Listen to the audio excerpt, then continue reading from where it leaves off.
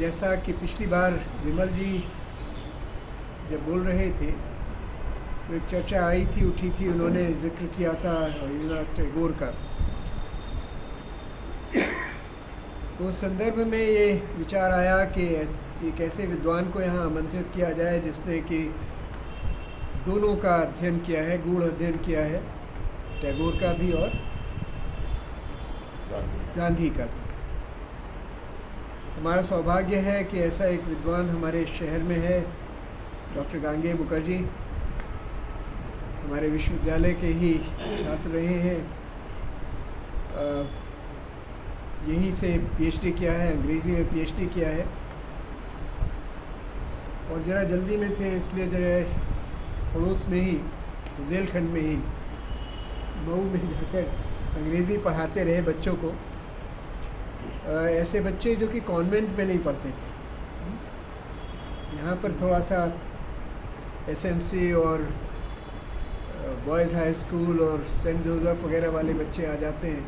लेकिन उससे अधिक जो था ये शिमला का जो सेंटर है, इंस्टीट्यूट ऑफ एडवांस स्टडीज़, वहाँ पर रहे, बहुत वर्षों तक फेलो रहे और उसके बाद विजिटिंग प्रोफेसर थे अहमदाबाद यूनिवर्सिटी में कई वर्षों तक, और उसके बाद प्री मैच्योर रिटायरमेंट लेकर अब जो है पुस्तकें लिख रहे हैं।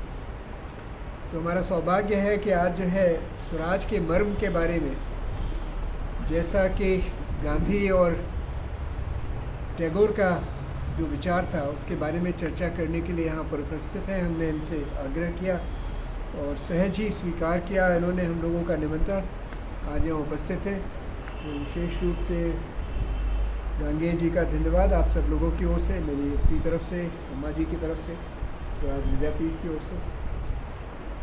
और गांगे जी से अब आग्रह करेंगे कि अपनी बात हम सब लोगों से साझा करें। पेज है उस पर मिल जाए, आपको मिल जाएगा साथ ही। प्रणम्य गुरुजन, सम्मानित विद्वान और मित्रों, पहली बात तो मैं क्षमा चाहता हूं कि मैं विलम्ब से पहुंचा। असल में आज हमको हर हाल में एक बुक रिव्यू, जो पहले राम मनोहर रेड्डी पीपीडब्ल्यू के एडिटर हुआ करते थे, अब एक दूसरी पत्रिका चलाते हैं, उन्होंने आग्रह किया था एक नीला क्राम कुक करके गांधी जी की साथी, कुछ दिन उन्होंने गांधी जी का अनुगत्य स्वीकार किया था, तो उनका कॉरेस्पॉन्डेंस E.S. रेड्डी, बहुत बड़े स्कॉलर रहे हैं, assistant secretary general United Nations के रहे हैं एक समय। उससे भी बड़ी बात थी कि उनका एपार्टीड रंग भेद नीति के प्रति जो उनकी डेडिकेशन थी वो अनपैरेलल्ड थी। और गांधी के साउथ अफ्रीका के गांधी जी के विषय में क्रॉनिकल करना, आर्काइवल मटेरियल जुटाने में बहुत बड़ा योगदान है उनका। तो वो बुक रिव्यू आज भेजना ही था, तो सवेरे से थोड़ा उसमें भी लगे हुए थे, तो इस नाते थोड़ा सा विलम्ब तो विलम्ब होता है, थोड़ा और ज़्यादा नहीं होता है। तो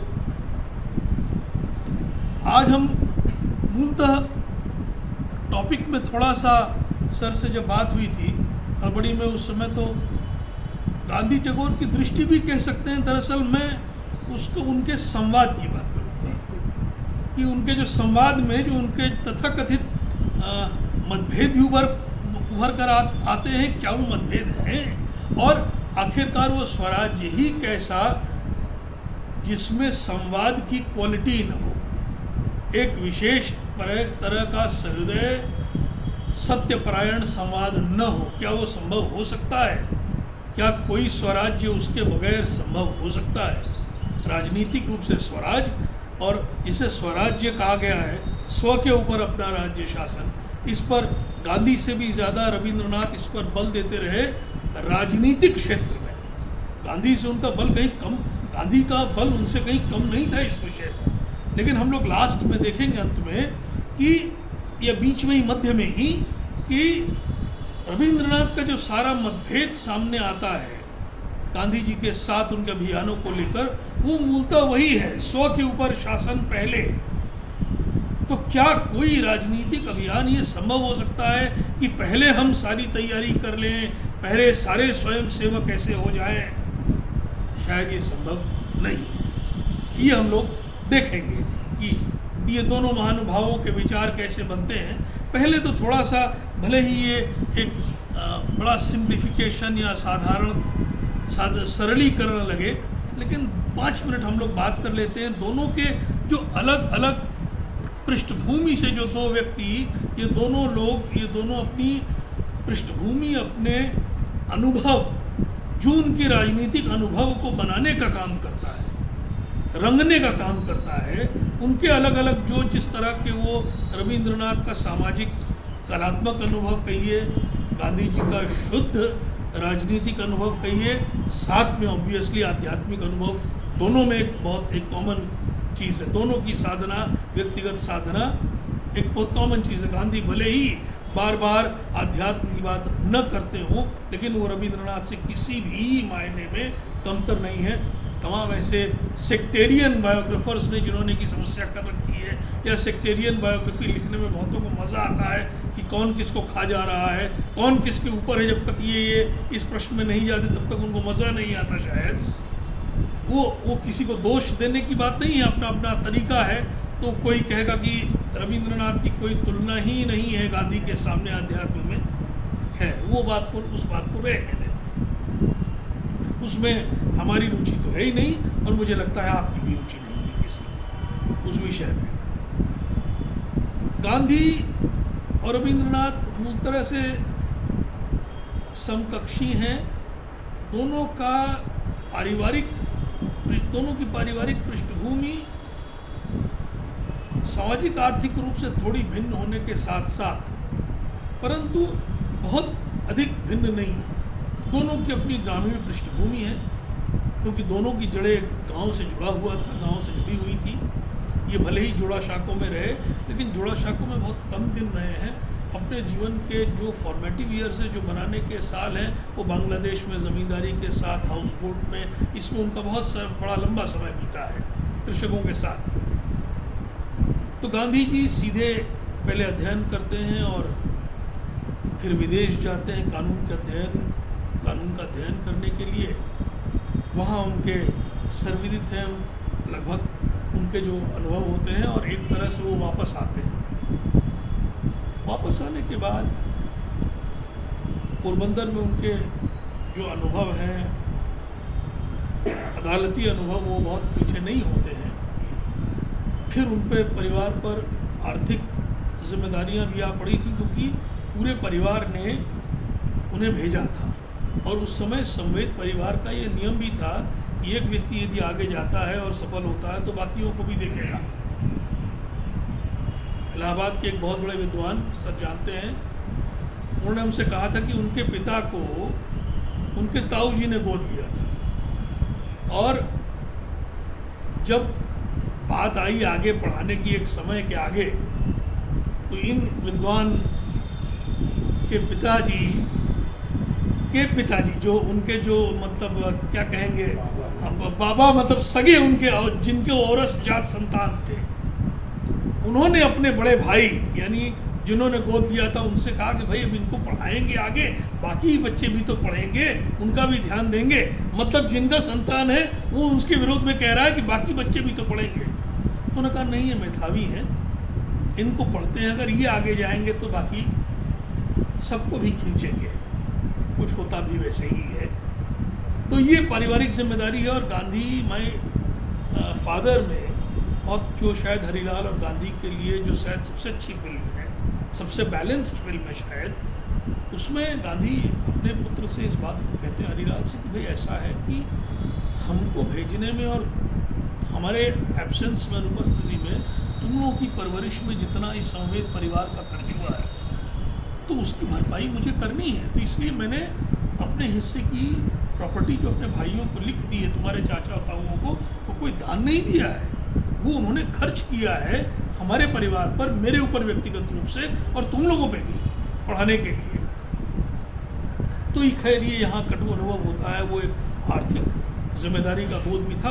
बॉम्बे चले जाते हैं, और बॉम्बे में प्रैक्टिस करते समय जो पहली बात इनकी ज़िंदगी में शुरू होती है, जो ये लिखते हैं कि इनका जब पहला अपना घर होता है, हाउस होल्ड, गृह, उसमें वो एक आश्रम की तरह से चलना शुरू होता है। उसमें 2-4 लोग बने ही रहते हैं बाहर के, अलग अलग भिन्न प्रकार के लोग हैं, कोई धोखा देता है, कोई नहीं देता है। एक आश्रम जैसा शुरू हो जाता है, उसका बीज वहाँ पड़ जाता है बॉम्बे में ही, और फिर दक्षिण अफ्रीका तो एक दूसरा चैप्टर ही हो जाता है उनके जीवन में। नारायण देसाई उनके जो प्रमुख एक तरह से जीवनीकार हैं, उन्होंने लिखा कि एक तरह से गांधी का यहाँ से दक्षिण अफ्रीका जाना ही एक दूसरे अध्याय का प्रारंभ है, एक सार्वजनिक अध्याय का प्रारंभ है। वो उनके लॉ प्रैक्टिस से कोई लेना देना उसका नहीं है, भले ही उन्होंने आर्थिक उपार्जन किया उससे। वहाँ उनका, ये सब जानते हैं कि वहाँ उनका संघर्ष होता है, वो बहुत ही एक दमनकारी सरकार, एक शासन तंत्र के साथ होता है, जिसमें शायद एक बड़ा इंटरेस्टिंग तथ्य है, रुचिकर तथ्य है कि उनकी पहली मुलाकात इसी दौरान विंस्टन चर्चिल से, जीवन की पहली एकमात्र मुलाकात उनकी होती है जब विंस्टन चर्चिल अंडर सेक्रेटरी होते हैं फॉरेन ऑफिस में, सेक्रेटरी ऑफ स्टेट। वहाँ तो ब्यूरोक्रेट्स को परमानेंट अंडर सेक्रेटरी कहते हैं, ये चूँकि पॉलिटिकल मिनिस्टर थे, मिनिस्टर ऑफ स्टेट थे। और गांधी हाजी वजीर अली के साथ जाते हैं कि भाई आप डरबन की सरकार अभी तो अधीन है अंग्रेज सरकार के, तो आप जो लॉ जो ब्लैक लॉ ट्रांसफर ने जो पास किया है, आप उसको पार्लियामेंट में खारिज कर दीजिए। पार्लियामेंट में कुछ इस पक्ष को लेकर कुछ गांधी के सपोर्टर्स थे, इस गांधी के नहीं, इस कॉज के। तो जब चर्चिल को याद दिलाया गया, ये आर्थर हर्बन की एक किताब है, द एपिक राइवलरी, गांधी और विंस्टन चर्चिल के दोनों के बगैर मिले कभी, एकमात्र मुलाकात ही है। तो चर्चिल को जब याद दिलाया गया कि आपको गांधी इसी बात को लेकर आ रहे हैं, और ऑलरेडी बिल इंट्रोड्यूस हो चुका है जिसमें ट्रांसवाल को सेल्फ गवर्नमेंट दे दिया जाएगा, तो ब्रिटिश सरकार के हस्तक्षेप करने की कोई स्थिति नहीं बनती, तो क्या करेंगे? तो अंग्रेजी में चर्चिल का जवाब था डॉडल, हाँ ना करेंगे। उन्होंने सुना और कहा कि मान लीजिए अगर दूसरी बार और कोई काला कानून ले आए तो? गांधी ने कहा इससे काला कानून होगा नहीं, और कल की बात फिर कल देख लेंगे। और गांधी लौटते हैं संतुष्ट होकर कि चर्चिल ने मेरी बात सुनी, और यहाँ आकर उन्हें मालूम चलता है कि दरअसल वो स्वशासन दे दिया। तो गांधी कहते हैं कि a more bitter name can be coined for this, जिसको फ्रॉड वो कहते नहीं, लेकिन उनका मतलब फ्रॉड का है। चर्चिल से एकमात्र मुलाकात उनकी यही थी। तो गांधी का ये अनुभव ब्रिटिश सरकार को लेकर, लेकिन तब भी गांधी के मन में ब्रिटिश सेंस ऑफ जस्टिस, शायद हाउस ऑफ कॉमन्स या हाउस ऑफ लॉर्ड्स का जो जनरल तेवर था उसको लेकर गांधी के मन में एक विश्वास था। तब भी वो 1915 को जब लौटते हैं, इस बीच रविंद्रनाथ हिंदुस्तान में ही रहे, पढ़ाई लिखाई उनकी औपचारिक पढ़ाई लिखाई तो उनकी हुई नहीं उस तरह से पाठशाला के आगे, और उन्होंने जो बंग भंग हुआ उसके विरुद्ध जो स्वदेशी आंदोलन पहला शुरू हुआ, उसमें बढ़ चढ़ कर उन्होंने रविंद्रनाथ ने हिस्सा लिया। लेकिन वो बहुत जल्दी उसका कुछ ऐसी दिशा बनी कि जो बेचने वाले थे या लाने वाले थे, ख़ासतौर से ईस्ट बंगाल में, क्योंकि ईस्ट बंगाल 1935 तक आते आते अगर आप मैप देखें तो आज जो बांग्लादेश है उस सारे ज़िलों में, और नदियाँ भी उसमें इंक्लूडेड है, उस परसेंटेज में लगभग मुस्लिम जनसंख्या 96% तक है उन ज़िलों में, तो वो ओवरवेलमिंगली मुस्लिम था। तो वहाँ जो ढोने वाले थे कपड़ा फॉरेन मिल का, और जो सस्ता कपड़ा बेचने वाले थे वो मुसलमान ट्रेडर्स थे। तो कुछ ऐसा कुछ हो गया कि वो हिंदू मुस्लिम कलर उसमें आ जाता है। और रविंद्रनाथ 1904 में एक ही दिन में उन्होंने सारे कमेटियों से रिज़ाइन कर दिया। ये रविंद्रनाथ के जीवन का एक, आप इसको भगोड़ापन कह सकते हैं, कुछ भी कह सकते हैं। ये उस समय इसी में आश्रय लेते हैं कि हम राजनीतिज्ञ नहीं हैं, हम हैं तो कवि, तो हम हम पूरा झेलने की स्थिति में हम नहीं, न हमारे बस की ये चीज़ है। तो ये रिज़ाइन कर देते हैं। रामचंद्र बुआ जैसे तमाम विद्वानों के साथ ऐसा होता, मुझे कहना नहीं चाहिए। इन्होंने नेशनलिज्म के जो पेंगुइन का एडिशन है उसमें इन्होंने कोट किया शोभन चक्रवर्ती को, जो उस समय नेशनल लाइब्रेरियन थे, उन्होंने कोट किया और ऐसे विद्वान का नाम लिया। उन्होंने कहा कि उस समय उन्होंने रविंद्रनाथ को की आलोचना की कि उन्होंने तो आग में घी डाला था उस समय। दरअसल इन्हें ये मालूम नहीं था और सोपन चक्रवर्ती ने इन्हें बताने की शायद सोपन चक्रवर्ती में भी क्षमता नहीं थी और उन्हें कल अध्ययन करना आवश्यक नहीं समझा था। क्योंकि ये विद्वान थे, ये बहुत ज़्यादा राष्ट्रवादी थे, ये रविंद्रनाथ की तरह से नहीं थे। इनका ये कहना रविंद्रनाथ की सराहना में था, उनकी आलोचना में नहीं था। वो जब कलकत्ता विश्वविद्यालय में उनकी नियुक्ति हुई तो उन्होंने कहा कि मैं बंगला में ही पढ़ाऊँगा, मैं अंग्रेजी में नहीं पढ़ाऊँगा। विज्ञान पढ़ाते थे और अंततोगत्वा उनको विशेष अनुमति दी गई। उन्होंने सरस्वती पूजा के बाद अरंधन, दूसरे दिन भोजन नहीं बनता है तो एक संकल्प का विषय होता है, तो उन्होंने कहा था कि स्वदेशी में उन्होंने कहा था कि अरंधन मनाना चाहिए पूरे बंगाल में। वो प्रखर राष्ट्रवादी थे। तो उन्होंने ये बात ये रविंद्रनाथ के संवर्धना में कही थी, उनके आलोचना में नहीं। ये छोटी छोटी चीज़ों में भूल हो जाती है, खैर अलग विषय है। तो रविंद्रनाथ का एक अनुभव स्वदेशी आंदोलन का, और उस अनुभव के चलते जो राजनीतिक अनुभव है उसके चलते उनकी 3 उपन्यास, जिसके आखिरी उपन्यास की थोड़ी चर्चा हम लोग करेंगे, गोरा, भौरे बहिरे जिसका नाम सबसे अधिक लिया जाता है, और लास्ट में 4 अध्याय 4 चैप्टर्स 1934 में लिखी गई उपन्यास। ये दोनों की पृष्ठभूमि है। और 1915 में C.F.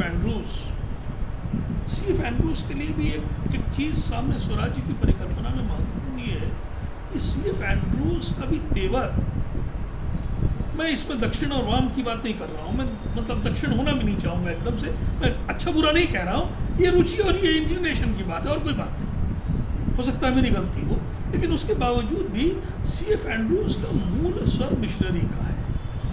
उनकी अगर आप अन्य पुस्तकों को देखें तो जैसे विवेकानंद को उन्होंने चालाक, क्लेवर यंग मैन से अधिक नहीं समझा। उन्होंने ये समझा कि विवेकानंद अंग्रेजी क्रिश्चियन चीज़ों को ही परोस रहे हैं। तो C.F. एंड्रूज की मान्यता ऐसी है। अब ये गांधी के, लेकिन ये कमाल देखिए कि इसके बावजूद भी रिश्ते कैसे हैं गांधी और C.F. एंड्रूज के, रविंद्रनाथ के। इसके बावजूद भी ऐसा नहीं कि उन लोगों से छिपी रही होगी, आपस में तो बातचीत होती ही होगी। अगर आज हम लोग जान पाते हैं उनको देखकर, उनकी किताबों को देखकर, तो C.F. एंड्रूज के थ्रू रविंद्रनाथ को गांधी के बारे में पता चला था और गांधी को रविंद्रनाथ के बारे में। तो वो अपने बच्चों को जब भेजते हैं तो सबसे पहले शांति निकेतन भेजते हैं। उनके लड़के शांति निकेतन आके रहते हैं। गांधी आके पहले वो कोचरब आश्रम साबरमती के बगल में, तब साबरमती में पानी नहीं हुआ करता था, अब है, बांध के चलते पानी भरा हुआ है, वाटर फ्रंट बना है। तो कोचरब है, उसके बगल में क्रिमिशन घाट है, उसके चारों तरफ वो पूरा बेल्ट ही वैसा है, और एक तरफ कारागार है। साबरमती के सत्याग्रह आश्रम में मैं रहा भी हूँ 1 महीने फेलो के रूप में, तो उसके बगल में भी क्रिमिशन घाट है, वो पूरा लाइन ही वो है। कोचरब एक छोटा सा बंगला है जो जगह, और थोड़े दिनों में ही साबरमती आश्रम, जिसे सत्याग्रह आश्रम कहा जाता है, वहाँ शिफ्ट हो जाता है। वो थोड़ी बड़ी जगह है और अब तो सामने नदी का पानी है और काफ़ी अब विकास भी उस तरह का हो रहा है, आधुनिक विकास। तो यहाँ ये स्थापना होती है इनकी, और गांधी पहली बार मिलते हैं रविंद्रनाथ से आकर शांति निकेतन। और यहाँ गांधी को एक चीज़ अजीब लगती है कि शांति निकेतन में जो भोजन होता था वो भोजन जाति भेद के तहत होता था। मतलब जो वैसे जो तथाकथित निम्न जातियाँ होती थी, उनके बच्चे भोजन साथ में नहीं करते थे। तो गांधी ने कहा ये क्या है? तो गांधी ने पहली बात तो उसको हटाने की बात कही और कहा कि ये सब नौकर काम करते हैं, ये नौकर क्यों करेंगे, बच्चों को खुद ये काम करना चाहिए। तो खैर कुछ दिन तो गांधी के सम्मान में ऐसा हुआ, और फिर गांधी चले जाते हैं तो व्यवस्थाएं पुनः वही हो जाती हैं, वही जाति के हिसाब से ही पंक्ति भोजन होता है, नौकर काम करते हैं, लेकिन अभी भी शायद अभी भी मनाया जाता हो, बहुत सालों तक तो मनाया गया ही। गांधी पुण्य के नाम से शायद मार्च की कोई तिथि है जिस दिन नौकरों की छुट्टी कर दी जाती है। बस एक दिन का टोकन सिंबोलिज्म मनाया जाता है जब छात्र और अब छात्राएं अपना काम स्वयं करते हैं। और अब खैर नौकर भी कितना काम किस विश्वविद्यालय में क्या करते हैं वो अलग बात है, लेकिन ये रही इतिहास की बात। दोनों में प्रगाढ़ता बहुत जल्दी डेवलप हो जाती है। इस बात पर बहस हुई है कि पहले डॉक्टर प्राणजीवन मेहता ने इन्हें महात्मा कहा, रविंद्रनाथ जी ने महात्मा कहा, वो भी कोई बड़ी बात नहीं है, किसी ने भी कहा हो। मूल ये है कि दोनों बहुत जल्दी ही एक दूसरे के मित्र हो जाते हैं। और रुचिकर बात यह है कि रविंद्रनाथ के जो ज्येष्ठ भ्राता थे सबसे बड़े, द्विजेंद्रनाथ ठाकुर, चूँकि उस ज़माने में प्रैक्टिस के हिसाब से बहुत सारे भाई बहन थे रविंद्रनाथ के, रविंद्रनाथ बहुत छोटे थे, तो बड़े भाई के पुत्र रविंद्रनाथ के भतीजे, बड़े भतीजे रविंद्रनाथ की उम्र के आसपास के थे। तो द्विजेंद्रनाथ ठाकुर सबसे बड़े भक्त, उस पूरे परिवार में गांधी के सबसे बड़े भक्त द्विजेंद्रनाथ ठाकुर थे, जिनको गांधी ही नहीं बाकी सब लोग बड़ो दादा कहते थे, और गांधी भी उन्हें बड़ो दादा ही कहते थे। और गांधी ने लिखा भी कि बड़ो दादा, हमारे में तो कोई त्रुटि देखते ही नहीं है। वो देखते भी नहीं थे, वो गांधी के अनन्य भक्त थे द्विजेंद्रनाथ। अब ये बन जाती है बात, लेकिन जैसे ही पहला गांधी के नेतृत्व, पहला मैं चंपारण बारडोली खेड़ा छोड़ दे रहा हूँ, पहला नॉन कोऑपरेशन असहयोग आंदोलन और बॉयकॉट, स्वदेशी एवं बॉयकॉट के साथ जैसे ही प्रारंभ होता है, राजनीतिक विरोध दोनों के सामने आ जाते हैं। उस समय सामने कहना थोड़ा सा ये भी रेखांकित करना शायद ज़रूरी है कि ये डिबेट्स पत्रिकाओं में चली। गांधी ने अपना पक्ष यंग इंडिया में लिखा, और उन्होंने रामानंद चैटर्जी का तब इलाहाबाद आज प्रयागराज में ही स्थापित मॉडर्न रिव्यू में रविंद्रनाथ लिखते थे। लेकिन दोनों ने तुरंत तत्काल जवाब नहीं दिया कभी। एक जिसे कूलिंग पीरियड कहते हैं, हर पत्र के बाद सार्वजनिक पत्र होता था, एड्रेस संबोधित नहीं होता था, लेकिन एक निबंध के रूप में होता था, बड़े लंबे निबंध हैं सारे।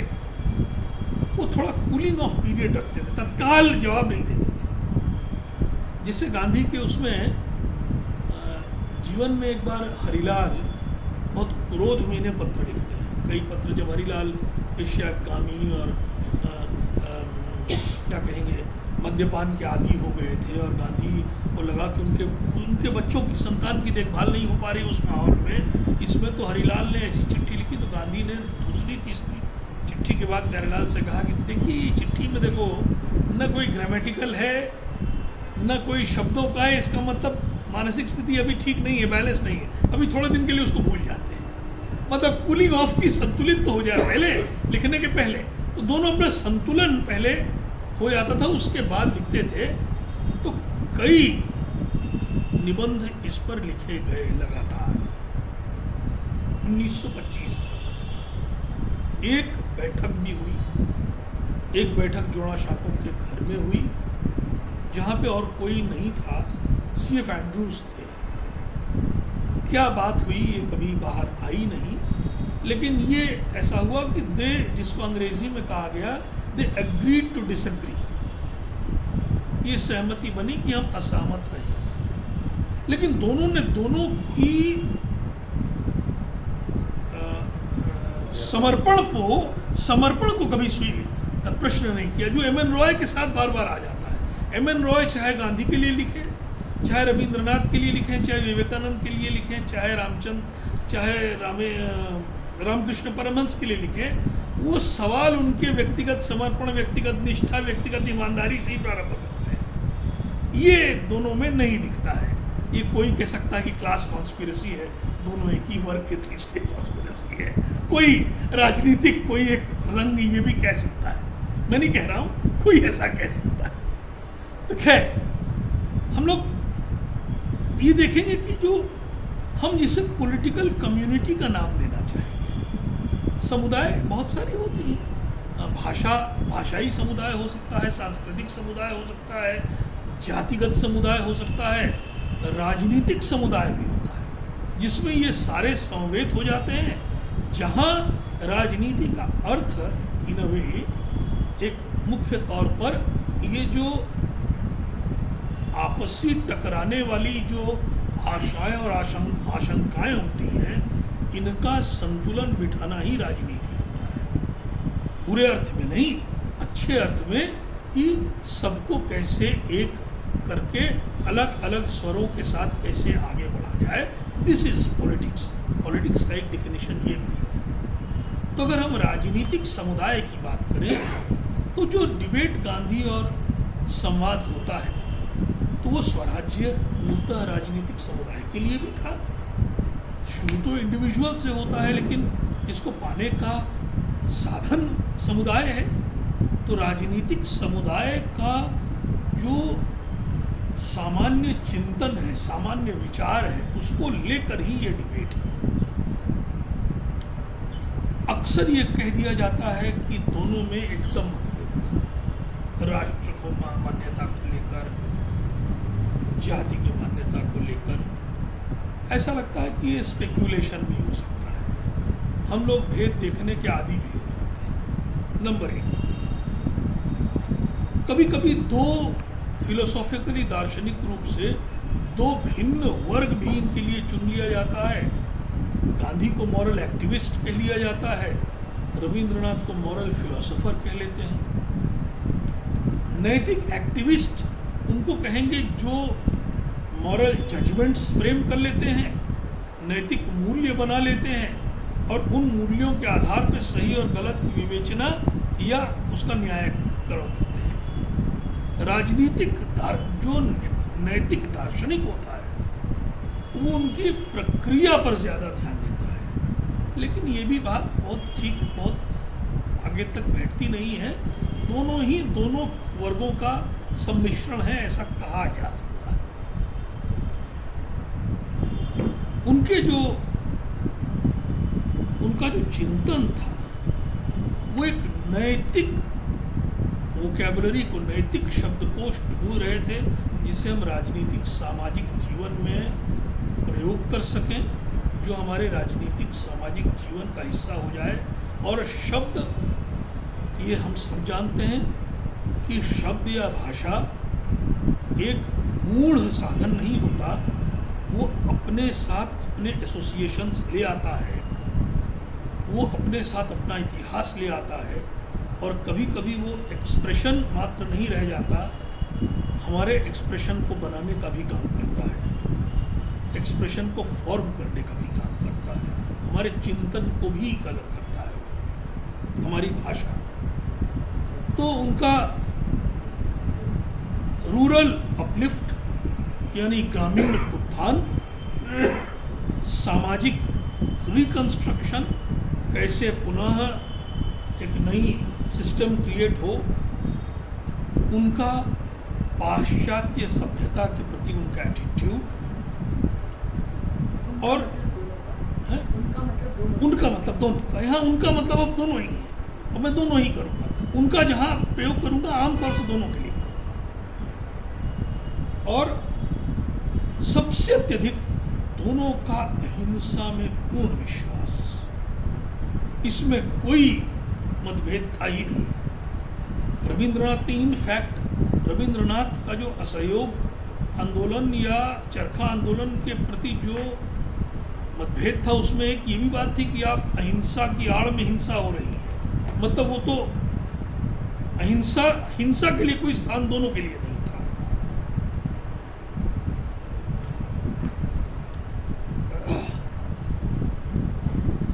रविंद्रनाथ ने 1915 में ही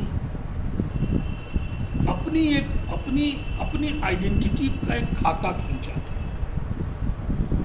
जिसमें उन्होंने कहा था कि भिन्न भिन्न परंपराओं का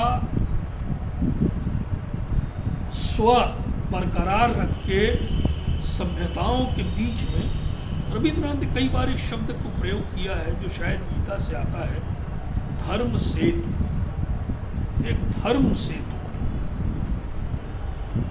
आमतौर पर उन्होंने सेतु नहीं, बंगला में धर्म सेतु शब्द का इस्तेमाल किया। ये शायद गीता से आया है, धर्म सेतु शब्द।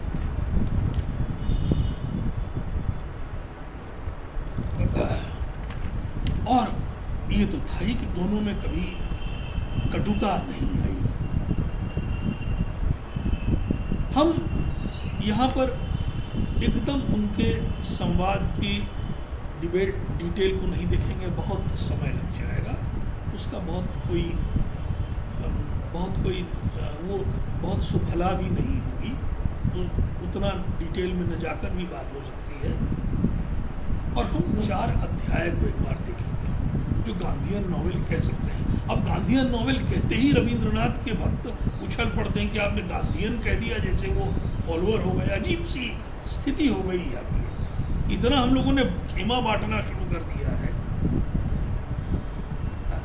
कि आधा समय तो शब्द ढूंढने में निकल जाता है कि ऐसा कौन सा शब्द ढूंढे जो किसी को आहत न कर।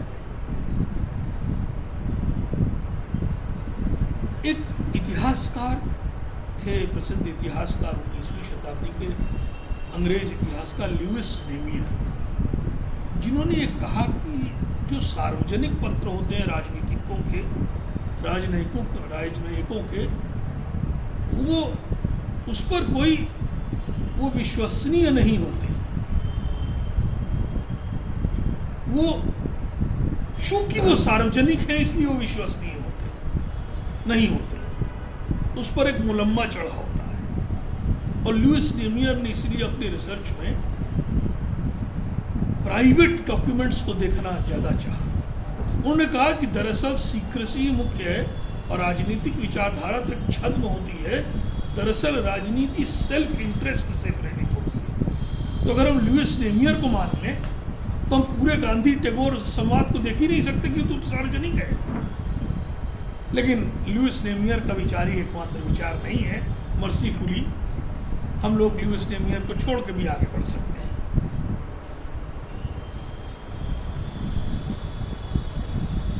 और एक साथ साथ जो हम दोनों की तुलना करते हैं तो शायद हिटलर के जर्मनी को लेकर कुछ दिनों पहले यूँ तो बहुत कुछ लिखा गया है।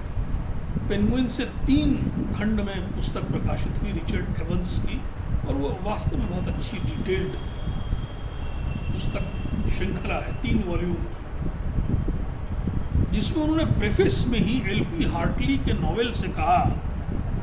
एल.पी. हार्टली उपन्यासकार थे, रिचर्ड एवंस ने द गो बिटवीन से, कि अतीत एक विदेश है।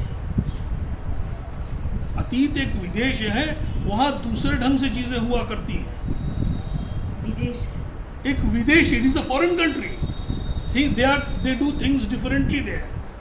यानी वर्तमान से हमेशा छलांग लगाकर अतीत में जाकर अतीत को पूरी तरह से समझ लेने का दम्भ वरना शायद पूरी तरह से सस्टेनेबल भी ना हो, ये उन्होंने कहा। और ऐसा उन्होंने कहा कि उनके निगाहों में ये इनअप्रोप्रिएट है कि हिस्ट्री नैतिक न्याय की विलासिता का उपभोग करे। हिस्ट्री के लिए नैतिक न्याय करना एक विलासिता के रूप में है। उसको तथ्यों को देखना चाहिए जो तथ्यों से समझ में आए। उसको लेकर तमाम सारे स्कूल्स होते हैं, तथ्यों में फ़र्क होता ही है, तथ्यों के इंटरप्रिटेशन में भी फ़र्क होता है, वो अलग बात है। क्योंकि वो एक तो अनहिस्टोरिकल होता है नैतिक न्याय करना, दूसरा एरोगेंट और प्रिजम्पशियस होता है। तो इसलिए हम रिचर्ड एवंस की लाइन लेते हुए गांधी और रविंद्रनाथ के संवाद में हम कोई मैं कोई एक जजमेंट नहीं दे रहा, ये अच्छे थे, इनका पॉइंट आधुनिक भारत के लिए ज़्यादा अच्छा है, ये सब कुछ नहीं। गांधी के डिबेट के पहले, गांधी की हिंदुस्तान आने के पहले ही रविंद्रनाथ ने एक बंगला लेख लिखा था 1900 में। उन्होंने कहा कि ऐसा है कि ये जो जिसे पॉलिटिकली बेनिफिशियल और पॉलिटिकली एक्सपीडियंट कहेंगे, दरअसल 10वें में ये थोड़ी संकट और इसलिए आ रहा है क्योंकि मैंने इसमें बंगला से अंग्रेजी में अनुवाद कर दिया है, तो फिर से मुझे बंगला में जाना, तो पॉलिटिकली बेनिफिशियल को उन्होंने क्या कहा होगा, मैंने पॉलिटिकली बेनिफिशियल उसमें कह दिया है। राजनीतिक रूप से कहिए सुलभ और राजनीतिक रूप से आसान कह लीजिए, या जो भी कहे आप लोग शब्द कहें एक्सपीडिएंट के लिए।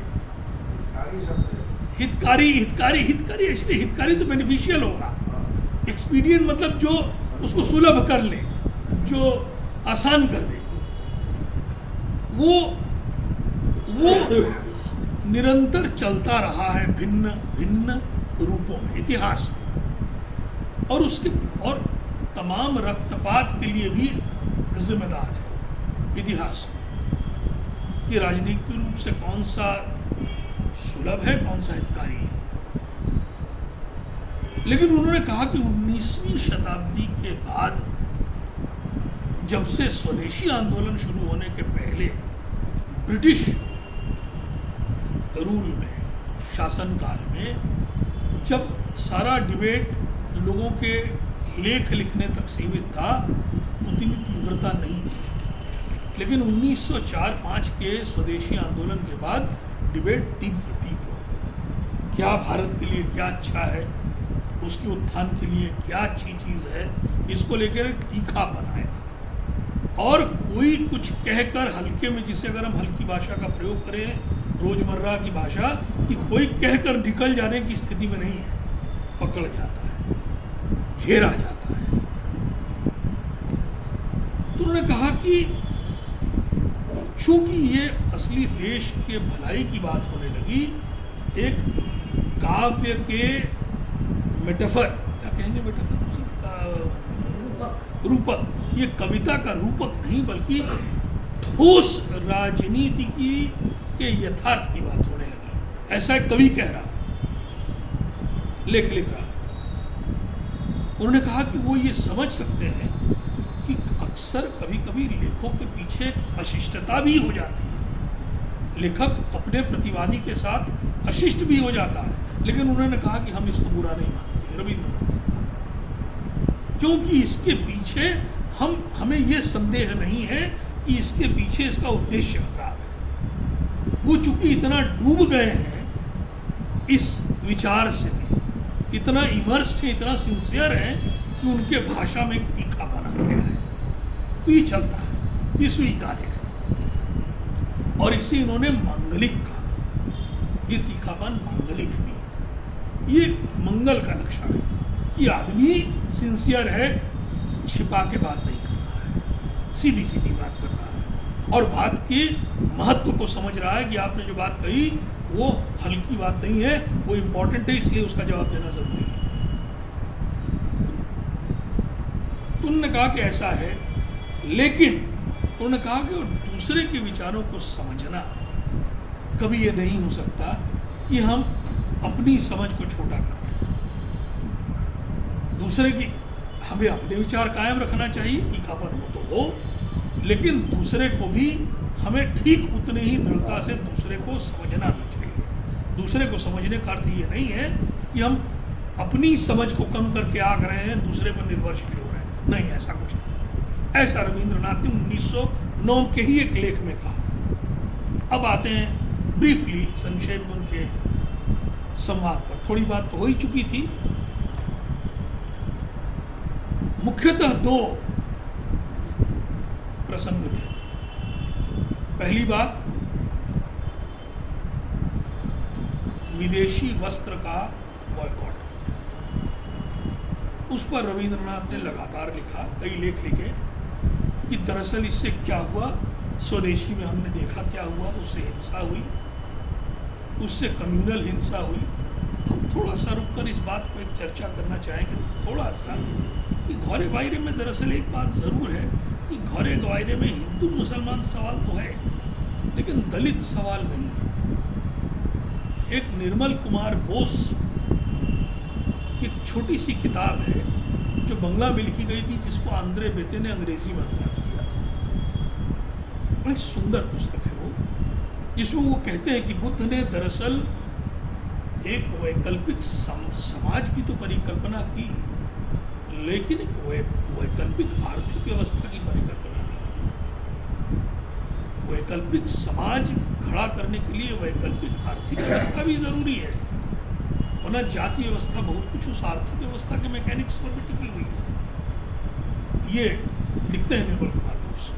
लेकिन उसमें साथ में उन्होंने ये लिखा, उसमें उन्होंने तमाम जो जाति के जर्नल्स शुरू हो गए थे उस समय बंगाल में और जगह भी हुए थे, उसमें जुलाहों के कुछ जर्नल्स ने ये लिखा कि स्वदेशी आंदोलन हमें मौका देता है कि हम अपने आर्थिक इंटरेस्ट्स को बढ़ाएं। तो रविंद्रनाथ से दरअसल वो छूट गया है, भले ही वो श्रीनिकेतन में उसको कहते हों, शायद वो किसी भी फॉर्म में ऊपर से थोपने के विरुद्ध थे। ये खैर ये बड़े गूढ़ प्रश्न हैं हमारे हिसाब से, ये नहीं कि आप लोगों के हिसाब से, हमारे हिसाब से, हमारे व्यक्तिगत हिसाब से। तो उन्होंने कहा कि ऐसा है कि भाई पहला जो विदेशी अर्थ हमने देखा कि मैनचेस्टर के मिलों का कपड़ा बॉयकॉट हुआ, लेकिन बॉम्बे के मिलों का कपड़ा बिका। बॉम्बे के मैनचेस्टर के मिल वाले का कपड़ा नहीं आया, बॉम्बे के मिल वाले रईस हो गए। स्वदेशी का क्या यही अर्थ है? ये रविंद्रनाथ ने लिखा। गांधी ने भी कि कहीं से नहीं दिखाया कि उनसे ये छूट रहा है।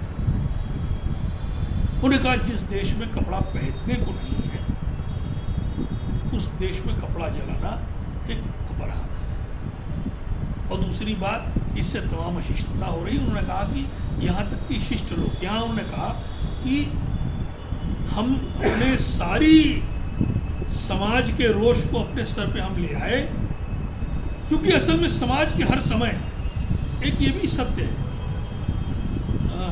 आप लोग जिनको मैं सर कह सकता हूँ और जो मित्र हैं, सर लोग और मित्र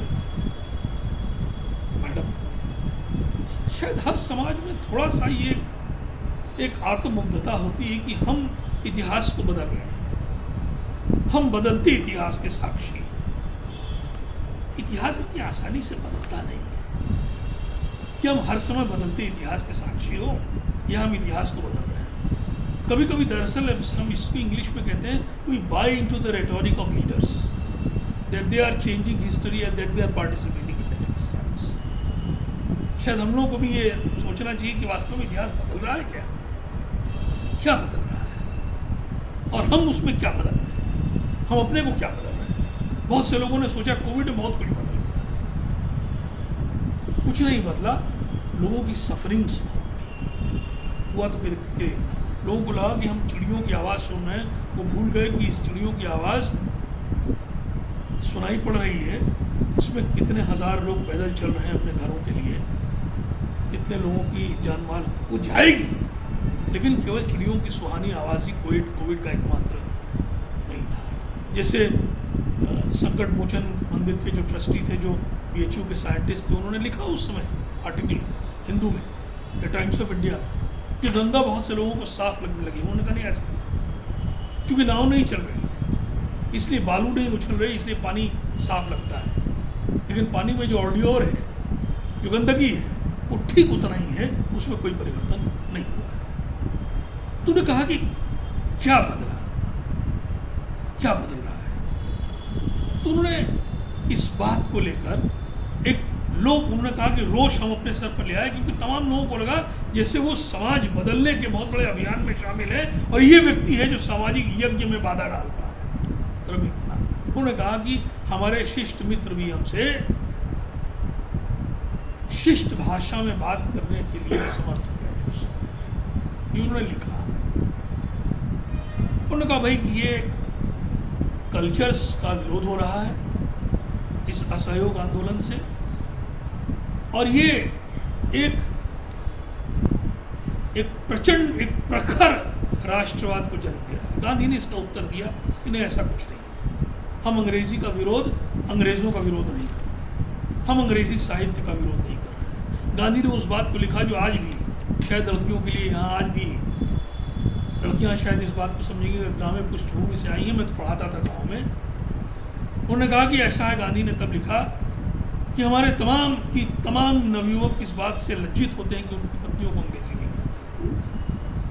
लज्जित होते हैं कि उनकी पत्नियों को अंग्रेजी नहीं आती, उनके दोस्तों के साथ वो अंग्रेजी में बात नहीं कर सकते। तमाम लड़कियों को अंग्रेजी इसलिए पढ़ाया जाता है कि उनकी शादी आसानी से हो जाएगी अगर वो अंग्रेजी में एजुकेटेड होंगे। उन्होंने कहा हम इस तरह की अंग्रेजी शिक्षा का विरोध कर रहे हैं। कहा जिसके फाइनेस्ट फ्रूट पोएट हैं, राममोहन रॉय हैं, हम उसको कैसे उसका विरोध कर सकते हैं। सेकंड हुआ चरखा। जब चरखा सेकेंडली चरखा का आंदोलन आया, और जब चरखा आया तो रविंद्रनाथ ने उसका विरोध किया, एक आर्टिकल लिखा, और प्रफुल्ल चंद्र राय बंगाल केमिकल के, ये सब गांधी के बहुत बड़े, बहुत सज्जन व्यक्ति भी थे ये लोग। गांधी ने अपने ऑटोबायोग्राफी में लिखा है कि जब 1900 शायद शुरुआती दौर में, हम ठीक से तो नहीं बता सकते, इस समय गोखले के साथ बंगाल गए थे, तब गांधी को लगभग कोई नहीं जानता था, गोखले के अलावा बड़े नेतृत्व में मिले। जब गोखले उनको हावड़ा स्टेशन छोड़ने आए तो उनके साथ प्रफुल्ल चंद्र राय आए, और हावड़ा स्टेशन में टिकट चेकर ने रोक दिया कि कोई भिखारी है, क्योंकि वो जिस तरह का लवादा उड़े रहते थे। तो गोखले को अपना परिचय देना पड़ा और प्रफुल्ल चंद्र राय का परिचय देना पड़ा, तब उन्होंने उसे प्लेटफॉर्म में घुसने दिया। तो प्रफुल्ल चंद्र राय, ये लोग कोई, इनमें किसी की मंशा में कोई संदेह नहीं था। उन्होंने रविंद्रनाथ की आलोचना की। रविंद्रनाथ ने उसे सेंसर इन प्रिंटर्स इंक का और एक और लंबा लेख लिख डाला कि चरखा मैकेनिकल चीज है, और उन्होंने कहा कि दरअसल देश और कांग्रेस के नेता गांधी का दुरुपयोग कर रहे हैं। पहली बार आधुनिक भारत के राजनीति में सत्य मूर्त रूप में सामने खड़ा हुआ है गरीब के दरवाजे पर, और कांग्रेस के नेता इस सत्य का उपयोग की राजनीतिक उपयोग, शुद्ध राजनीतिक उपयोग किए बिना नहीं मान रहे। ये उनका विचार था। वो सत्य इतना कमजोर था, ये वो सत्य इतना मूढ़ था कि मूर्त तो था, इतना मूढ़ था कि वो अपना उपयोग होने देता, ये अलग बात है। उन्होंने कहानी कही कि एक गुरु था जो वीणा संगीतज्ञ, संगीत का गुरु था जो वीणा सिखाता था, वीणा बनाता था। तो जब हमने उससे उस वीणा बनाने का तरीका पूछा, तो उसने केवल मंत्र जपने के लिए कहा, वीणा बनाना नहीं सिखाया। तो गांधी ने नया देश नहीं, चरखा का तो केवल एक मशीन पर सिखाया। उस समय गांधी किसी बात को मानने के लिए तैयार नहीं हुए। ऐसा नहीं था कि उन्होंने उस बात को पूरी तरह से नकार दिया था, लेकिन बाद में प्रखर रूप से 1944 में भारतीय चरखा संघ में उन्होंने कहा कि बहुत से लोगों ने चरखा अपनाया दिखावे के तौर पर। आई बेग यू, मैं आपसे भीख मांगता हूं कि आप एक बूढ़े आदमी का उसके जीवन के अंतिम क्षणों में उसे धोखा मत दीजिए। आपको इसमें विश्वास नहीं है तो इस चरखा संघ को आप भंग कर दीजिए। तो दोनों कहीं ना कहीं एक मत भी होते हैं, लेकिन उस समय आंदोलन था, ये था कि कैसे चलाएंगे, आंदोलन बनेगा कैसे, मूल ये था। इसी बीच रविंद्रनाथ ने एक नाटक लिखा 1922 में, ठीक उसी दौरान, मुक्त धारा, जिसमें उत्तरकूट नाम का एक देश है जहाँ का राजा अचानक से ये एक मशीन बनाता है जिसकी पूजा करवाने लगता है और नदी की वो रोकता है, जिसका विरोध धनंजय नाम का एक, जो गांधी की तरह ही है, धनंजय नाम का एक सन्यासी करता है। और अभिजीत उसका पुत्र, राजा का पुत्र राजकुमार, धनंजय का भक्त हो जाता है। जनता धनंजय के पीछे पड़ी है, धनंजय कहीं जाता है जनता उसको अकेले नहीं छोड़ती है, और धनंजय बार बार डांटता है कि तुम लोग मेरे पीछे मत पड़ो, तुम लोग अपना रास्ता खुद बनाओ। हम जानते हैं कि संवाद के मुताबिक नाटक के ऐसे समाज अपने नेता को खो बैठे हैं नेता का अनुसरण करने के प्रयास में। लास्ट में ये होता है कि अभिजीत स्वयं को सैक्रिफाइस करता है, आत्म बलिदान देता है, उस मशीन को तोड़ देता है और राजा धनंजय को कैद करता है, लेकिन धनंजय बच जाता है। और जब जनता ये कहती है कि ये तो झूठा नेता निकला, उन्होंने कहा चलो कम से कम तुम लोगों ने हमें झूठा कह के तो हमें छोड़ दिया, यहाँ तो नेताओं को लोग मार डालते हैं। तो तमाम स्कॉलर्स ने कहा कि गांधी के ट्रिब्यूट में ये नाटक लिखा गया, क्योंकि गांधी स्वयं, जहाँ तक की बात है, गांधी ये रिकॉर्डेड है, गांधी की जय, महात्मा गांधी की जय में वो कभी कभी पब्लिकली कान बंद कर लेते थे और कहते थे इसी महात्मा गांधी की जय कहते हुए वीरमगाम, नडियाड, अहमदाबाद में लोगों ने अंग्रेज़ों के घर जलाए थे। तो स्लोगन मत लगाओ, ये एक दोनों का आता है।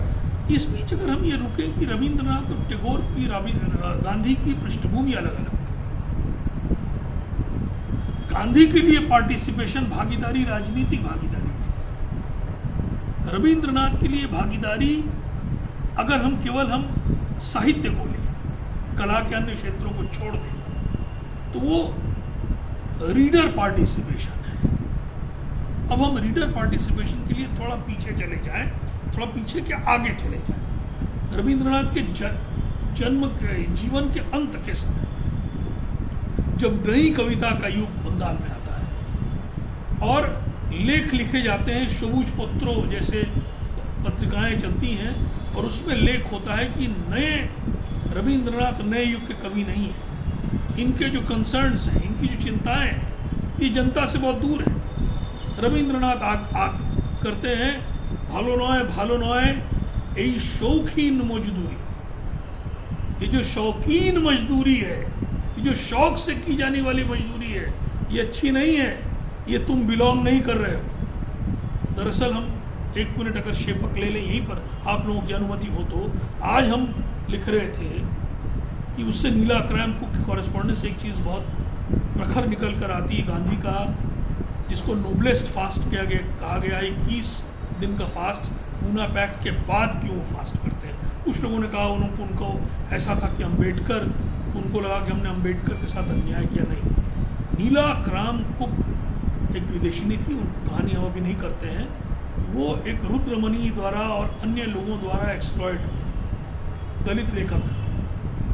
गांधी ये इस बात को अलर्ट हुए कि जब जब हम पब्लिक रिफॉर्म करने जाते हैं डिप्राइव्ड ग्रुप्स के बीच में, तो हम उनको एक्सप्लॉइट करने की स्थिति में हो जाते हैं। अगर हमारे ऊपर हमारा अपना अंकुश इतना तीव्र नहीं है, तो हम उनका शोषण करने, हमारा अंत उनका शोषण करना होगा। और उन्होंने यही चीज़ एक स्टेटमेंट दिया जो बॉम्बे क्रॉनिकल में निकला, जो बाद में हरिजन में छपा, कि यही मेरा उद्देश्य है इसको फास्ट करना, कि हम लोगों से कहेंगे कि आप हरिजन सर्विस को छोड़ दीजिए, ऐसे लोगों से आप इसको अलग छोड़ दीजिए। उनकी रूह कांप उठी। उन्होंने लिखा मैं केवल 10% लिख रहा हूँ जो अन्याय हो रहा है, मैं 90% लिख नहीं रहा हूँ जो हो रहा है। इसलिए पार्टिसिपेशन क्या है, पार्टिसिपेशन की तैयारी क्या है, हम किस चीज़ से आकर्षित हो उठे। कुछ लोग नीला क्राम कुक के व्यक्तित्व से आकर्षित हुए, उन्होंने उनके साथ अफेयर किया, रुद्रमणि ने किया, नीला क्राम कुक एक्सप्लॉइट हो गई पूरी तरह से। तो कारण क्या है कि हम उस कॉज के, उस आंदोलन में हम किस लिए जा रहे हैं, कौन से बिंदु हैं कि हमें ले जा रहे हैं वहाँ। इस बात को सोचना, ये इनके संवाद का बहुत महत्वपूर्ण बिंदु है, टॉपिक है, थीम है। तो रीडर पार्टिसिपेशन के उन्होंने लिखा कि भालोना शौकीन मजदूरी, तो उन्होंने लिखा कि ऐसा है कि अगर हम 2 तरह के साहित्य बना देते हैं, हम साहित्य के लेबल दे देते हैं कि इट इज़ वर्किंग्समैन लिटरेचर। तो उन्होंने दिया कि पहले ज़माने में, उस ज़माने में ज़मींदारों के घर जब खाना दावत होती थी, तो जो गरीब किसान और ऐसे लोग होते थे निम्न वर्ग के, उन्हें बाहर दलान में बैठा के दही और चूड़ा परोस दिया जाता था। और अच्छा भोजन जो उनके समृद्ध वर्ग के लोग होते थे, वो लोग भीतर करते थे। उन्हें क्या साहित्य में हम लोग यही व्यवहार करना चाहते हैं कि गरीब के लिए कालिदास नहीं है, गरीब के लिए हमको दूसरा साहित्य बनाना पड़ेगा। उन्होंने कहा सीखना पड़ेगा, राजा के लड़के को भी साहित्य अप्रिशिएट करना सीखना पड़ेगा, किसान के लड़के को भी सीखना पड़ेगा। ये अलग बात है कि राजा के लड़के के लिए सुलभ है, ये सुविधाजनक है, किसान के लड़के के लिए कठिन है, लेकिन ये शॉर्टकट नहीं है। और अगर हम लोग दो बना देंगे, दो तरह का साहित्य निर्माण करेंगे, तो हम शॉर्टकट ले रहे हैं। और उन्होंने एक जगह देश सेवा के लिए भी लिखा है कि टेकिंग अ शॉर्टकट, जहाँ कोई है ही नहीं, अंततः को तो फिर कहीं पहुँचना ही नहीं होता, उससे हमारा गंतव्य खो जाता है। तो उनके लिए तो पार्टिसिपेशन का ही अर्थ हुआ। गांधी का राजनीतिक पार्टिसिपेशन में ये है कि राजनीति किए बिना हम कैसे उसमें भागीदार सीखेंगे। पार्टिसिपेशन इटसेल्फ ट्रेनिंग है, जिसके लिए उन्होंने आश्रम सोचा, लेकिन आश्रम में एक छोटे एक्सपेरिमेंट्स रह गए। उन्होंने 1916 में कहा था स्टूडेंट से कि आप आश्रम में रहकर पहले अपने अंदर इस एथिक्स को रख जाइए, इसके बाद आप चाहे जितना मन हो राजनीतिक जीवन में उतर जाइए, आप भटकेंगे नहीं। लेकिन मूल दोनों का जो थीम था, दोनों के ये मूल यही था कि रविंद्रनाथ को लग रहा था कि कम तैयारी से उतरना एनार्की, अराजकता को जन्म देना है, एक तरह का अराजकता ले आना है। गांधी का था कि समय के साथ साथ सब ठीक हो जाता है।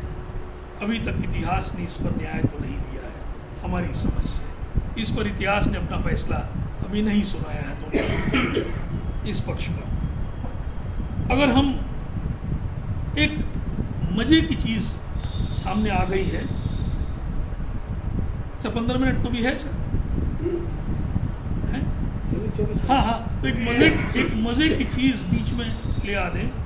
कभी कभी पढ़ते पढ़ते बड़ा निकल आता है कि रविंद्रनाथ के बायोग्राफर्स ने ये कह दिया और ये कह दिया कि दोनों के विवाद के दौरान एक पत्र में रविंद्रनाथ ने आर्टिकल में सर रविंद्रनाथ कह दिया, तो एक जानबूझ के कहा गया है कि रविंद्रनाथ को नाइट कह दिया गया कि आप तो सर रविंद्रनाथ, आप क्या समझेंगे?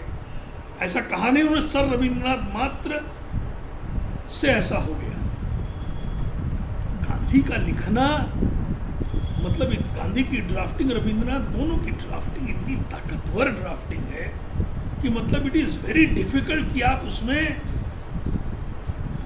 उससे डिफर कर सकते हैं। आप कह दें कि उन्होंने यहाँ मतलब इनका रीजनिंग फॉल्टी ये नहीं होता, मतलब एक एक चीज बैठाई गई चीज होती है, तर्क एक के बाद एक के बाद एक, बहुत सजो के लिखी गई चीजें होती हैं, मतलब आपके मुंह से वह निकल ही जाएगी पढ़ते पढ़ते। अगर आप अन्य किसी कारण से मतलब उनसे वो न रखते हो तो रविंद्रनाथ को ये बात पहुंचा दी गई। रामानंद चैटर्जी महोदय ने इस पर एक लेख डाला, जो इतने बड़े कवि हैं, गांधी क्या समझते हैं अपने आप को, इस तरह का टोन था। गांधी बहुत आहत हुए, तो उन्होंने ये उन्होंने एक चिट्ठी लिखी। हम आप लोगों के लिए वो चिट्ठी प्रिंट करके लाए थे। उन्होंने चिट्ठी लिखी विधुशेखर शास्त्री को। विधुशेखर शास्त्री बहुत बड़े विद्वान थे और हमको लगता है सर, शायद शिवेशता के हिसाब से शायद क्षेत्रेश चंद्र चट्टोपाध्याय के एक एग्जामिनर विधुशेखर शास्त्री थे शायद। पांडे जी के लिए एक तो गोपीनाथ कविराज थे, ये तो मुझे याद है, दूसरे विधुशेखर न रहे होंगे। विधुशेखर शास्त्री की हो सकता है मृत्यु हो गई।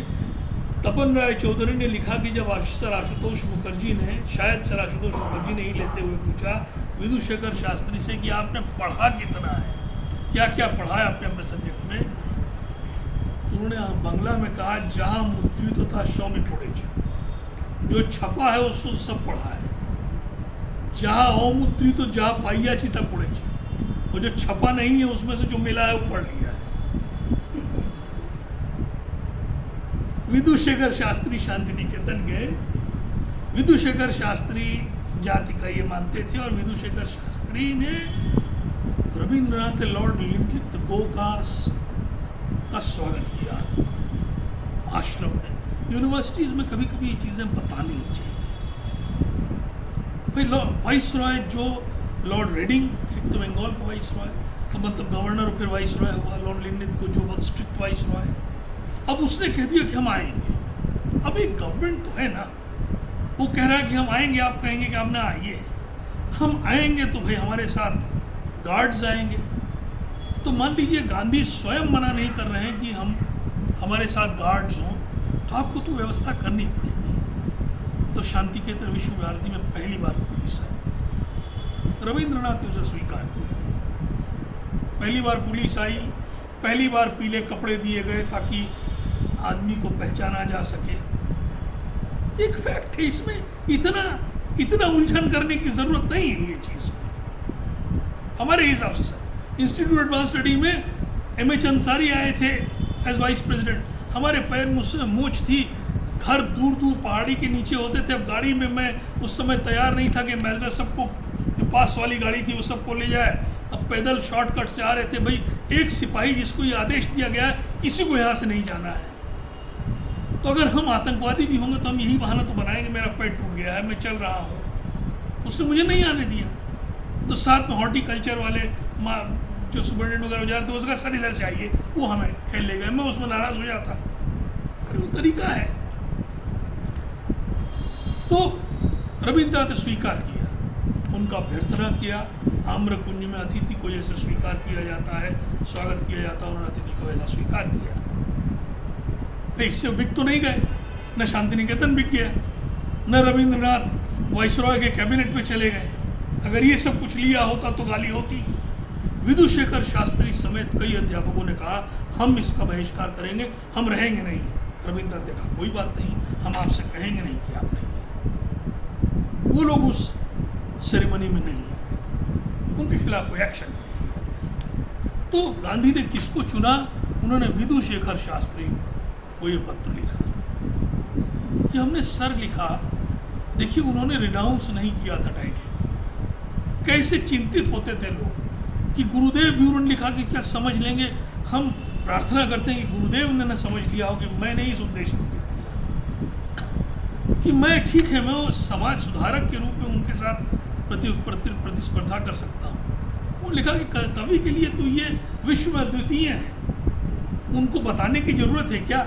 उनके बारे में बताना उनको छोटा करना होगा।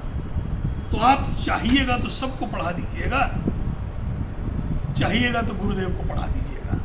लेकिन मैं बहुत पीड़ा में हूँ क्योंकि उनको एक व्यक्ति ने चिट्ठी लिखा, रामचंद्रन नाम के किसी दक्षिण भारतीय व्यक्ति ने, कि ऐसा रामानंद चटर्जी ने अपने मॉडर्न रिव्यू में लिखा है। तो महादेव देसाई ने उनको ये दिखाया। तो उन्होंने कहा महादेव भाई ने मुझे दिखाया, तो मैंने एंड्रूज के साथ भी डिस्कस किया और उन्हें कहा कि मैं तमाम राजाओं को उनके टाइटल से अभी भी संबोधित करता हूँ, ये दिखाने के लिए कि टाइटल रिटेन करना कोई बेइज्जती नहीं है। अरे टाइटल हमको दिया था, हमने रिटेन किया। तो हम लोग ऐसे आदमियों के विषय में हम लोग मंथन कर रहे हैं और ऐसे आदमियों के विषय में हम लोग विचार कर रहे हैं। और कहीं बायोग्राफर दत्ता रे रॉबिन्सन ने लिख दिया कि रविंद्रनाथ ने, गांधी ने ये लिखा है उन्हें कि गांधी ने तो ये बिलो द बेल्ट मारा कि वो सर रविंद्रनाथ कह दिया। उन्होंने इस लिटरेचर से वो दरअसल अनभिज्ञ हैं, इतनी कोशिश भी उन्होंने नहीं की जानने की। तो खैर, अगर हम फूको के पोर्शन को छोड़ देते हैं, दरअसल मिशेल फूको, सर लोग गालियाँ देते हैं, मिशेल फूको को गालियाँ हम लोगों को नहीं देनी चाहिए। दरअसल रावण को भी गाली देने के अधिकारी हम नहीं हैं, राम लक्ष्मण है। रावण हम लोगों से बहुत सुपीरियर आदमी है। मतलब ये हम लोग ये माने, एरिस्टोटल का पोएटिक्स का यही मतलब था कि जब किसी एपिकल हीरो का डाउनफॉल होता है, एंटी हीरो का, तो उससे फियर एंड पिटी होता है।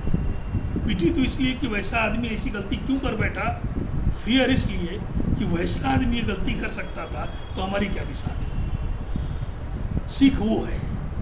तो खैर, मिशेल फूको कम से कम क्रिश्चियनिटी के भारतीय ट्रेडिशन को उन्होंने मानने का भी नहीं किया। वो ग्रीक ट्रेडिशन और बिब्लिकल ट्रेडिशन को तो उल्टा करके जानते हैं। हमारे विद्वानों को जो नहीं जानते हैं या जो अध्ययन नहीं करके क्रिटिसाइज करते हैं, उनको ये सीख लेनी चाहिए कि हम क्रिटिसाइज करें, लेकिन पहले परंपरा को अगर क्रिटिसाइज कर रहे हैं, परंपरा को जान तो हम अधिकारी। वाक्य पदियम से लेता है निषेध को। अच्छा, ये हमको नहीं, अब देखिए ये हमें जानकारी नहीं थी। अब देखिए यदि ये मुझे जानकारी नहीं, अब वही कहिए कि अब ऐसे विद्वान को तो गाली नहीं दी जानी चाहिए। हम तो उनके केवल ग्रीक, उनके चूंकि लास्ट के लेक्चर्स हैं और उनका टोन इतना कंसिडरेटिव, इतना पोलाइट है, कोई एरोगेंट उनका टोन ही नहीं होता। द करेज ऑफ ट्रूथ करके उनकी जो लास्ट के वॉल्यूम्स, फिर उन्होंने ग्रीक पोलिस में उन्होंने पारहीसिया शब्द का प्रयोग किया। उन्होंने कहा पारहीसिया और रेटरिक में फर्क होता है। रेटोरिशियन जो है वो झूठ बोलकर अपने को सच साबित कर सकता है, लेकिन पारहीसियास्ट जो होता है वो सच बोलता है। और सच किसके आधार पर बोलता है? जब वो आपसी सच बोलता है तो हम मानते हैं कि हमारा आपका एक संबंध है, जिस संबंध के आधार पे हम वो सच आपसे बोल सकते हैं। लेकिन वो सच बोलकर वो सच कटु होता है। ये नहीं कि आप खराब हैं, ये कि वो सच कटु होने के कारण उस संबंध को हम अपना आधार भी मानते हैं और उस संबंध को हम संकट में भी डालते हैं। वो है पारहीसियास्ट। उसी संबंध के बल पे हम बोलते हैं और बोलकर उस संबंध को संकट में भी डालते हैं कि हमसे बगैर सच बोले रहा नहीं जाएगा। सच हम संबंध जो सुनने वाला है उसी को बोलेंगे, और लेकिन इससे डर बना रहेगा कि कहीं बुरा मान गया तो। लेकिन उस डर को हम हटा देते हैं। हम सच को उस संबंध से ज़्यादा मूल्यवान मानते हैं, या सच को, वो संबंध को ज़्यादा मूल्यवान समझते हैं जो सत्य के बाद बना रहे हैं। तो गांधी और रविंद्रनाथ के जीवन में ये दोनों पारहीसियास्ट तो थे ही, स्वराज्य का अर्थ भी है। अगर हम बहुत, अगर आप अनुमति दें, अगर आप बहुत ऊब न गए हों तो हम 5-7 मिनट 4 अध्याय की बात कर लें, यही रोक सकते हैं हम लोग इस बात को। आप लोग जैसा कहें। कोई नहीं, आप ये बताएं 4 अध्याय गांधीयन नॉवेल कैसे बनता है? बस इतना अगर हम 5 मिनट अगर हमको वक्त दें तो हम बता देंगे। दरअसल 4 अध्याय एक बंगाल के टेररिस्ट ग्रुप की कहानी है। हम टेररिज्म शब्द का प्रयोग कर रहे हैं, हम ये नहीं कह रहे कि आज के टेररिस्ट वो टेररिस्ट है। इसे रेवोल्यूशनरी टेररिज्म बिपिन चंद्र ने कहा, गलत या सही। तो उसमें मास्टर भी हैं। अब सूर्य सेन को मास्टर मोशाई भी कहा जाता था।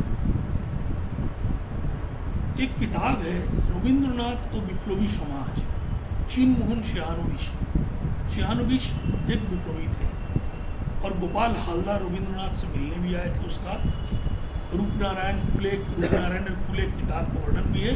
जब गोपाल हालदार बताते हैं तो रविंद्रनाथ सर उठाते हैं और कहते हैं कि तुम्हारी बात हम समझते हैं, तुम्हारी पीड़ा, लेकिन ट्रॉट्स्की वाला जो सिद्धांत है, अभी हम 4 अध्याय में नहीं जा रहे, 1 मिनट का शपथ ले रहे हैं। ट्रॉट्स्की का जो सिद्धांत है कि maximum sacrifice by the minimum number of people, ये टिकेगा नहीं। क्योंकि लोग तो ये मान लेंगे कि हम ये सैक्रिफाइस करने योग्य नहीं है, ये मिनिमम नंबर ही कर सकते हैं, तो ये मिनिमम के ही दायरे में रह जाएगा।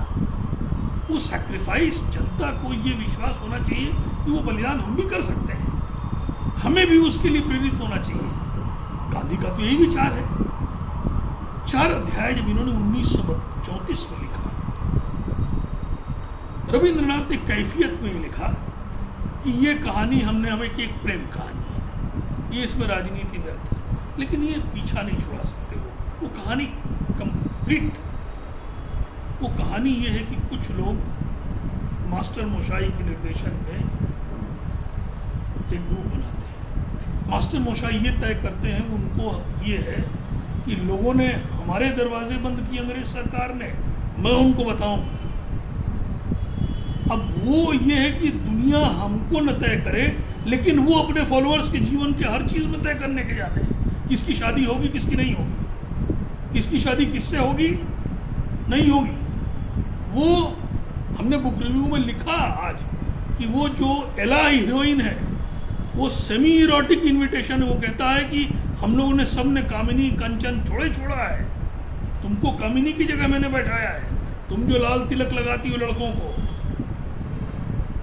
तो लड़के किससे प्रभावित होते हैं? तुम्हारे यौवन से भी। तुम भले ही जो हीरो अतीन्द्र है उसको दिल दे बैठी हो, तो हमने उसको भी जिक्र किया है रिव्यू में, नीला के लिए, जो गांधी ने इस बात कहा कि हम किस उद्देश्य से जा रहे हैं।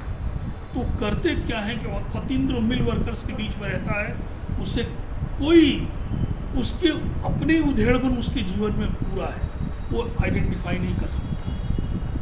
एक बूढ़ी विधवा जिन लोगों को शेल्टर देती है, वो लोग उसी को लूटने जाते हैं और उनका चेहरा देख लेती तो उसका खून कर डालते हैं। एक बड़ा विभत्स चेहरा सामने आता है। दरअसल चिन्मोहन सोहानुबुश में विवेकानंद के छोटे भाई भूपेंद्र नाथ दत्त को कोट किया है कि उन्होंने कहा कि पंजाबीरा बोले जो हमरा प्राण दिए छी और बांगालीरा टाका किए छी। सिख टेररिस्ट ये कहते हैं, आतंकवादी चरमपंथी, कि हम लोगों ने जान दिया और बंगालियों ने पैसे खाए, चरमपंथियों ने। तो घरे बाहरे तक, तो घरे बाहरे भी बहुत लोगों ने विरोध किया था। इसके बाद तो क्रोध फूट पड़ता है, क्योंकि ये दिखाया जाता है कि अंत में अतीन्द्रों पर ये हुक्म होता है कि एला को समाप्त करो,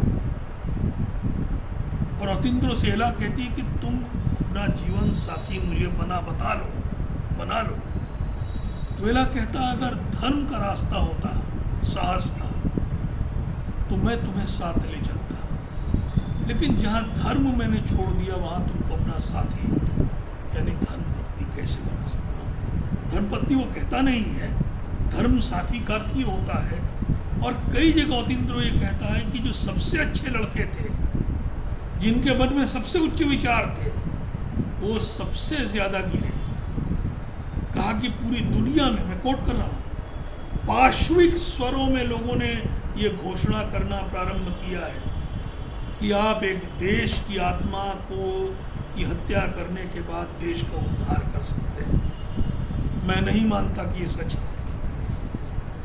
ये होता अगर मैं दूसरा जीवन चुनता तो मैं एक स्वाभिमान के साथ, एक सत्यनिष्ठा के साथ इसका विरोध कर सकता था। लेकिन मैंने जो मार्ग, इस रविंद्रनाथ इसको विभीषिका पंथा का, ये जो विभीषिका पंथा मैंने चुनी, आज इस जीवन काल में ये कहने का मुझे नहीं मिलेगा। तो सूर्यो सेन वगैरह लोग, बात आई कि लोग जेल से एकदम किंग करते हुए मूड हो गए कि रविंद्रनाथ ने ये लिखा गया। तो मैंने एक अन्य जगह लिखा है कि लोग कहते हैं कि रविंद्रनाथ के गाने उन्होंने गाए, रविंद्रनाथ अपने डेथ रूम में, रविंद्रनाथ का प्रोस पढ़ा कि नहीं पढ़ा ये कहीं इस्तेमाल नहीं होता, क्योंकि रविंद्रनाथ का प्रोस इन हमलों में बहुत ज़्यादा क्लियर है। इसलिए हमने उसे गांधीयन नॉवेल कहा है, क्योंकि हिंसा के मामले में हिंसा को सब चीज़ का जड़ मान लेते हैं कि हिंसा के रास्ते पर जाना। ये बात सही है कि उन्होंने शरद चंद्र के पोथेर दाबी के जवाब, हाँ ये बात सही है, हाँ कहा जाता है। और तो आपने दादा कामरेड भी पढ़ा होगा यशपाल का?